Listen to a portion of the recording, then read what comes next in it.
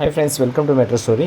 நம்மளுடைய மகாநதி சீரியல் வந்து டிஆர்பி வந்து வந்துருச்சுங்க. ஸோ அவங்க வந்து இந்த அதாவது ரீயூனியன் கேட்டிருந்தாங்க இல்லையா ஃபேன்ஸ் எல்லாமே. ஸோ அவங்களுடைய ரீயூனியன் டிஆர்பி வந்து எந்த அளவுக்கு இருந்திருக்கு அப்படின்னு பார்த்துரும். ஸோ ஹர்பன் ப்ளஸ் ரூல் இந்த ரெண்டுமே ப்ளஸ் அது மட்டும் இல்லாமல் ஹர்பனில் மட்டும் எவ்வளோ வாங்கியிருக்காங்க அப்படின்றத தொடர்ந்து பார்த்துக்கலாம், சரிங்களா?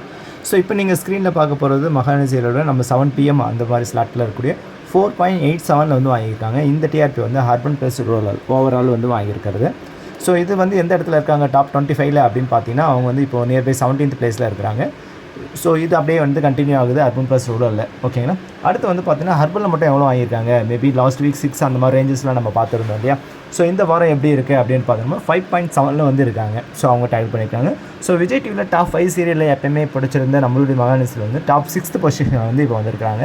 அதாவது சிந்து பைரவி வந்து நம்மளுடைய 5th பொசிஷன் வந்து 6th வந்து நம்மளுடைய மகாநதி வந்துச்சுங்க. ஸோ இதுதான் ஆஸ் ஆஃப்னா அவங்களுடைய reunion concept. So Mahanadi serial கதையை ரீயூனியன் கதையாக மாற்றிருக்காங்க. ஸோ அதோடைய ரிசல்ட் இப்போ வந்துருச்சு. ஸோ இது தொடர்ந்து இது குறையுமா இல்லை மேலே போகுமான்னு அடுத்த ஸ்டெப்ஸில் பார்க்கலாம், சரிங்களா? ஓகே ஃப்ரெண்ட்ஸ், நம்ம மெட்ரோ சீரியல் சப்ஸ்கிரைப் பண்ணி ஷேர் பண்ணி லைக் பண்ணி கமெண்ட் பண்ணுங்கள். தேங்க்யூ.